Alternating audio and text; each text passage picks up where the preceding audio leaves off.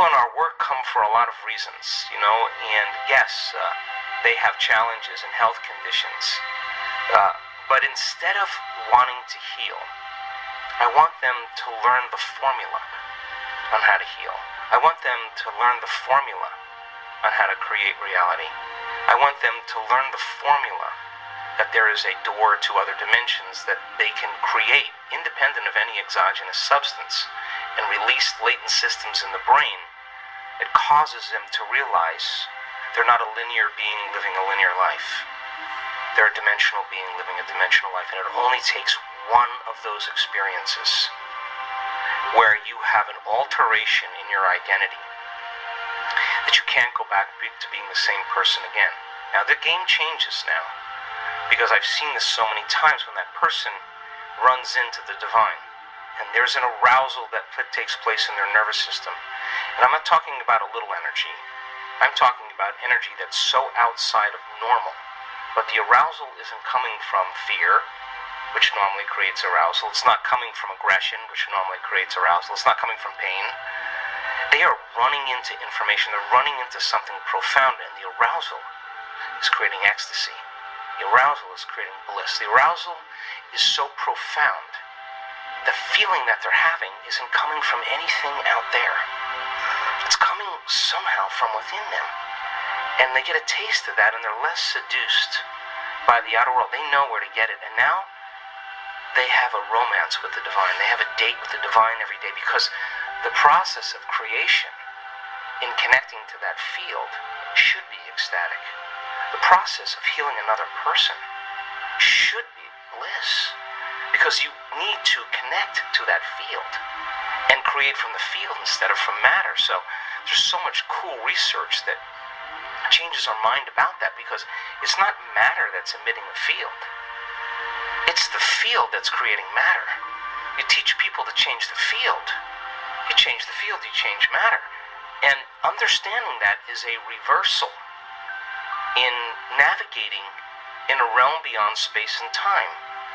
That once you can get beyond your attention on your body, get beyond your attention on different objects and people and things at certain times and places in your environment, no longer anticipating the next moment or living in the past, a person can get transcendental beyond their identity. They start passing through an eye of the needle, and that is their connection to that unifying field, that invisible field of energy that actually is connecting everything physical and material, and you can't use your senses when you're there. In fact, when you are there, there's a whole nother set of rules to execute in. There's no place to go. How could you go if there's no space? If there's no space, there's no time. Every thought has a frequency, and being able to create from that place is why we're here. And so then, when you see a person feel whole, and we measure their oxytocin levels, it's not just a little oxytocin. The oxytocin is 200 times normal, and oxytocin signals nitric oxide, and nitric oxide signals a chemical called endothelial-derived relaxing factor, and that causes the arteries in your heart and your lungs to literally open up, and just like your sexual organs get engorged with energy and fluid and blood, when that center is aroused, with the same intensity, you have a fullness in your heart. It's physiological. And when oxytocin is released, it's impossible to hold a grudge. You cannot hold a grudge, because you wouldn't want to trade this feeling by judging another person. You wouldn't want to trade this feeling for any condition in your environment. And this is the beginning of unconditional love. This is the beginning of our divinity. So when you have all this energy in your heart and oxytocin levels are elevated, this is a different consciousness. Now, the only thing you want to do is give. You want to say, I feel so amazing, and I want you to feel the way I feel. So here, I'll give this to you. So now people come to our work to help others. People come to this work because they're not so interested in the material things, although if it got them here and they learn the formula and they learn how to create, once you get that, now that game's over. Now you want to make a difference. You want to leave a legacy. You want to contribute. You want to help somebody. And we bring children in at the end of the event and we heal them. of really serious health conditions, and we have really profound and prestigious universities in the United States saying, what in the heck are you guys doing? Like, we want to come and study this because it's so phenomenological. Now you're being a part of something great. So yeah, it may be the sports car, it may be the new relationship, it may be healing your body, but then when that happens, now what? What are you going to do now? Exactly. I mean, what are you going to do when you have everything? What are you going to do now? The next thing is, how am I going to make a difference? We're wired to care for one another, to be kind to one another, to heal one another, to shine for one another, so to show other people they can shine. That's what the living organism does when they're not in fear. They're not in aggression and hatred and prejudice and all those things that create division. So when that person runs into that experience of the divine, and their brain goes into an aroused state of gamma, they're getting a biological upgrade. I can guarantee you that some health condition will be eliminated because they just ran into wholeness, and their body will become more whole. So they can do all the diets, all the chemotherapy, all the nutrition, everything, and they're handling that health condition matter to matter. And when you change that, anything in your life matter to matter, there's a long space between cause and effect, between thought and experience. It's sometimes so long you forget what your dream was. But when you run into it and you produce an immediate effect, now you're doing it in no time. It's happening in the moment. And if you can capture that, and you see the brain go into these elevated states of coherent gamma patterns, 200, 300, 400, 500 standard deviations outside of normal. That person can't make their brain do that. That's a subjective experience that we're capturing objectively. And we say to that person, what was that? And it's inevitable. They don't have the words to describe what a mango tastes like. They don't have the words to describe what the divine is. You got to just experience it. So then, that person that stands on the stage that has Parkinson's disease, or had Parkinson's disease, that's a 76-year-old female that couldn't blow her nose, couldn't swallow, couldn't chew her food, couldn't stand up. One moment, running into the divine, and next thing you know, she's on the stage telling her story.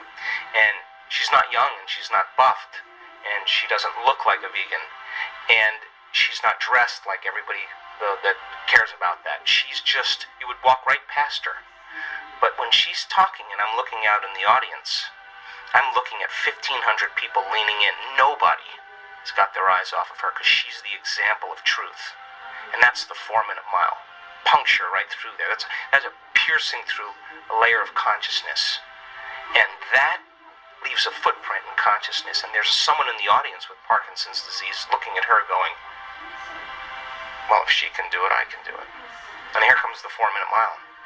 As soon as it's broken, the next person does it. So by the end of the event, there's so much love in the room. There's so much energy in the room because people feel so incredible that they're not attached to their past any longer. They're so connected to they're so connected to their future that they stop telling the story of their past. They're telling the story of their future. They're no longer believing in their past. They're believing in their future.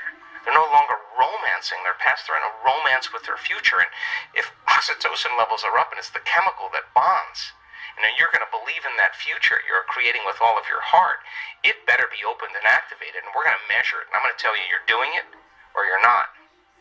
And so then people start realizing it was never about that. It was about who they became.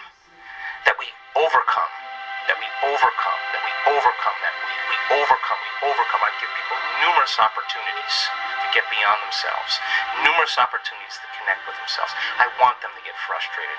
I want them to get impatient. I want them to get overly analytical because that's the end of their belief. And then finally, when they finally make up their mind to let go and just do it, and they run into that feeling, they run into that experience, they're all in. You think they don't want a sports car anymore. They want that, whatever that was. And if it comes with a transcendental moment, when they come back to their senses from that inner experience, their spectrum of reality is broadened.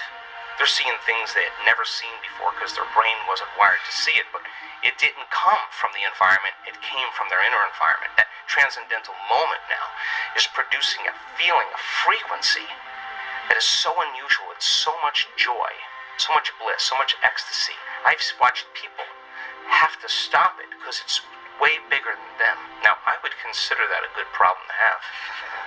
You measure that person's immune system. You measure the changes in their heart rate variability, not a little amplitude, huge amplitudes. That person is feeling a lot of love. And imagine it's a man. Imagine a man whose heart is open that wide. They sob with the freedom to be able to not care what they look like, or trying to fit into some paradigm or mold. So then, a new consciousness in that footprint is emerging, and we have scientific evidence. I can tell you can make your brain work better in a week. You can make your heart more coherent. You can change the field around your body. You can strengthen your immune system. You can change your gene expression. You can lengthen your life. You can create so many oxidative changes in your cells. We have great research to prove that. That's the truth of who you are. That's the truth, that miracle within you. That evidence is the backbone that gives people permission to try it out. It's the language.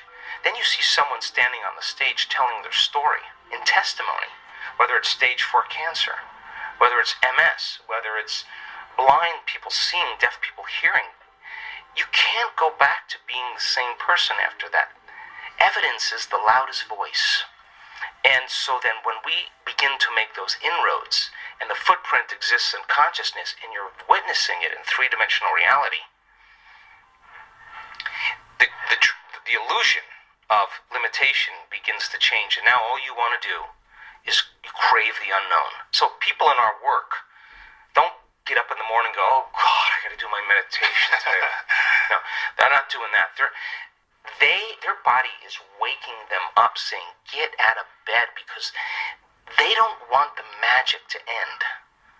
And when you start seeing the gap between cause and effect, thought and experience closing down, you're moving closer to the divine.